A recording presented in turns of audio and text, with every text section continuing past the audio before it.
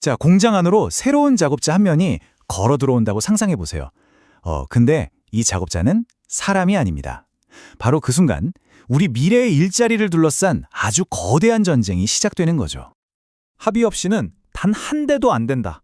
현대차 노조가 이렇게 선언했는데요. 이게 그냥 협상 테이블에서 한번 던져보는 말이 아닙니다. 수십 년 동안 계속된 이 자동화 논쟁 있잖아요. 여기에 인공지능이라는 완전히 새로운 변수가 등장하니까 정말 마지노선을 부어버린 거나 마찬가지예요. 자, 오늘 우리가 살펴볼 이야기는 현대자동차라는 한 회사에서 시작돼요. 근데요, 이게 그냥 한 회사의 문제라고 생각하면 절대 안 됩니다. 이 최첨단 휴머노이드 로봇 때문에 시작된 갈등이요, 사실은 전 세계 모든 공장과 사무실에서 곧 벌어질 일의 축소판 같은 거거든요. 자, 그럼 이 논란의 한가운데로 한번 들어가 보죠. 이야기의 주인공을 소개해 드릴게요. 물론 보는 시각에 따라서는 악역일 수도 있겠네요. 바로 이 혁신적인 기계, 아틀라스입니다. 이 아틀라스는요, 우리가 지금까지 알던 로봇이랑은 차원이 좀 다릅니다. 피지컬 AI라고 불리는데 뭐랄까 거의 새로운 종의 탄생이라고 봐야 해요. 오랫동안 컴퓨터 서버 안에만 갇혀있던 인공지능 두뇌가 드디어 인간 같은 몸을 얻어서 현실 세계로 진짜 걸어 나온 거예요. 이제 우리 바로 옆에서 같이 걷고 일하고 또 스스로 배우기까지 하는 그런 존재가 된 거죠. 이 로봇의 능력을 보면 진짜 입이 떡 벌어집니다. 2026년 CS에서 최고 로봇상을 받은 건 그냥 시작일 뿐이에요. 관절이 360도 돌아가니까 사람보다 훨씬 유연하게 움직이고요. 이 손에 달린 촉각 센서로는 달걀을 깨뜨리지 않고 살짝 집었다가 바로 다음 순간에는 자동차 엔진을 번쩍 들어올릴 수도 있어요. 바로 이 엄청난 힘과 섬세함의 조합, 이게 아틀라스를 혁신적으로 만드는 핵심이고 동시에 누군가에게는 가장 무서운 존재로 만드는 이유이기도 하죠. 아니, 이렇게 어마어마한 능력을 가진 기계가 나타났는데 현대차는 왜 이렇게 빠르고 과감하게 여기에 베팅을 하는 걸까요? 지금부터는 회사 쪽에서 그리는 미래는 어떤 모습인지 한번 살펴보겠습니다. 결국 모든 건 하나의 아주 오래되고 강력한 목표로 이어집니다. 바로 효율성이죠. 특히 이렇게 경쟁이 치열한 글로벌 자동차 시장에서 인건비를 줄이는 건 이제 선택의 문제가 아니라 거의 생존의 문제라고까지 여겨지니까요.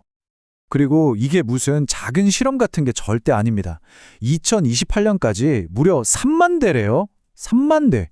이 숫자면 공장 몇 개를 그냥 통째로 다 채우고도 남는 규모거든요. 이건 단순한 변화가 아니라 산업 전체를 아예 새로 짜겠다는 의미죠. 경영진들 입장에서는 정말 밤잠 설칠 만한 계산이 바로 이겁니다.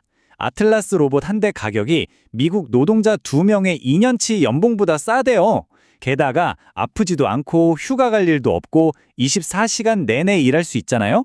2년도 안 돼서 투자한 돈을 다 뽑을 수 있다는 건데, 와, 순수하게 재무적인 관점에서만 보면 이걸 반박하기가 거의 불가능하죠. 하지만 바로 그 차갑고 냉정한 숫자의 논리가 아주 현실적이고 인간적인 두려움을 만들어냅니다. 로봇 한 대가 공장 안으로 들어올 때마다 노동자들은 자기 미래 위로 거대한 그림자가 드리워지는 걸 느끼는 거죠. 모사관계가 끝장날 수 있다. 이 경고는요, 그냥 일자리가 좀 줄어들 것 같다는 걱정 수준이 아닙니다. 지난 100년 동안 산업 현장을 지탱해왔던 그 노사 간의 힘의 균형 있잖아요. 그게 완전히 무너질 수도 있다는 아주 절박한 외침인 거죠. 노조가 느끼는 위기감의 핵심은 아주 명확해요. 첫째, 그냥 인력이 좀 줄어드는 게 아니라 일자리가 대규모로 아예 사라져 버릴 수 있다는 거. 둘째, 일이라는 것의 정의 자체가 바뀌면서 그럼 인간은 뭘 해야 하지? 하는 근본적인 불안감. 그리고 마지막으로 가장 중요한 원칙인데요. 이렇게 파급력이 큰 기술은 절대 한쪽에서 일방적으로 도입하면 안 되고 반드시 사회적인 합의가 필요하다는 겁니다. 자, 여기를 보시면 두 개의 미래가 나란히 놓여 있죠. 한쪽은 효율, 혁신, 경쟁력을 외치면서 기술 유토피아를 꿈꾸고 있어요. 반대쪽은 대량 실업, 노동권 붕괴 같은 디스토피아를 걱정하고 있죠.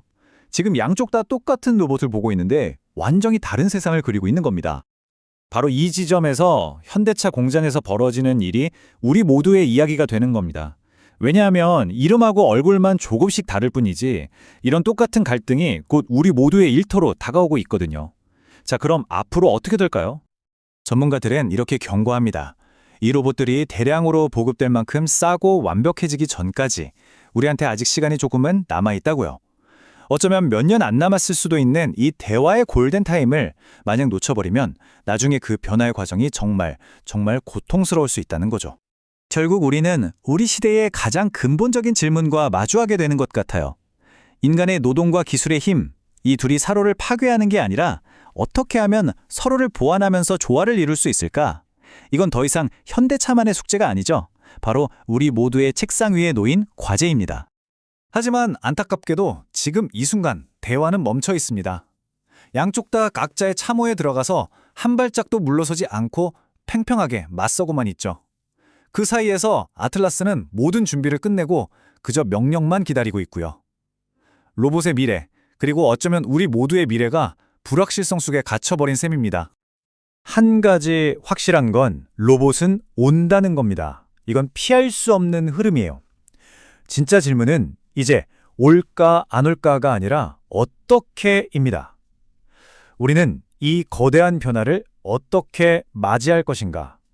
현대차에서 벌어지는 이 일은 이제 막 시작된 거대한 이야기의 첫 장에 불과합니다. 그리고 그 다음 이야기는 바로 우리 모두의 손에 달려 있겠죠.